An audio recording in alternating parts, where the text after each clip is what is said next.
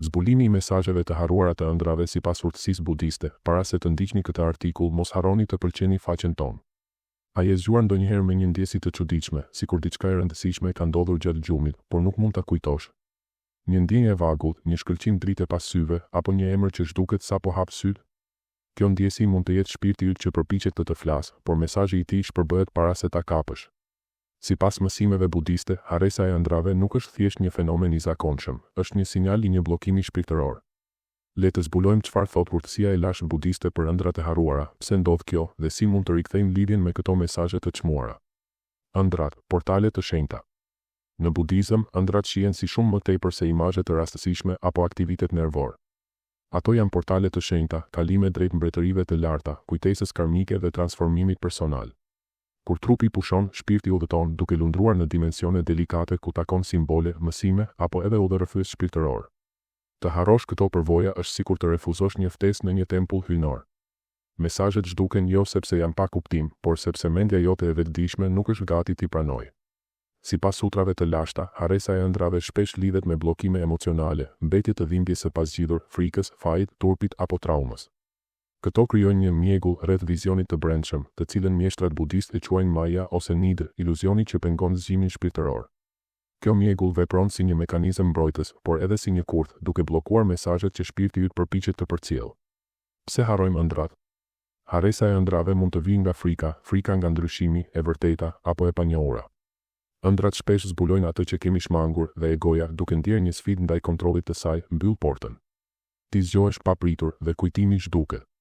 Por ka një arsye më të thellë. Ndonjëherë ne nuk duam të kujtojmë, sepse kujtimi kërkon guxim. Të kujtosh një ëndër mund të nënkuptojë përballjen me zakone të vjetra, marrëdhënie të dëmshme apo plagë të fshehura. Kjo gatishmëri për ndryshim është çelësi për të zhbllokuar mesazhet e ëndrave. Budizmi i quan ëndrat pasqyra karmike. Ato nuk janë të rastësishme, por mesazhe të koduara në simbole, emocione dhe metafora. Një shtëpi mund të përfaqësojë botën tënde të brendshme, një stuj mund të tregojë pastrim emocional dhe një gjarpër mund të simbolizojë transformimin. Ëndrat e përsëritura, vendet misterioze apo njerëzit që duken të njohur mund të jenë njehona të jetëve të kaluara ose fragmente të udhëtimit tënd karmik. Çdo ëndër është një dialog mes shpirtit tënd dhe universit, dhe çdo ëndër e harruar mban një çelës për një pjesë të humbur të vetes. Si të rikthejmë kujtimin e ëndrave? Lajmi i mirë është se aftësia për të kujtuar ëndrat nuk është e humbur, ajo është thjesht e fjetur. Në traditën budiste, çelësi për ta zgjuar është qëllimi. Kur fle me synimin për të kujtuar, shpirti yt fillon të besojë se mesazhet e tij do të dëgjohen. Këtu janë disa hapa praktik për të rihapur këtë portal. Heshtja pas zgjimit, kur hap syt, mos nxit. Qëndro i qetë, merr frymë thellë dhe pyet veten, çfarë po përpiqej të më tregonte shpirti im? Edhe një ngjyrë, fjalë apo ndjesi është e rëndësishme.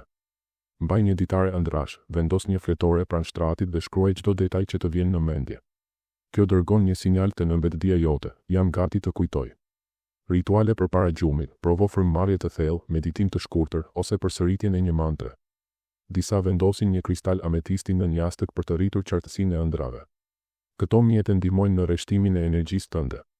Higjiena shpirtërore, lësho emocione negative dhe kultivo qetësi. Sa më i pastër të jetë bota jote e brendshme, aq më të qarta do të jenë ëndrat.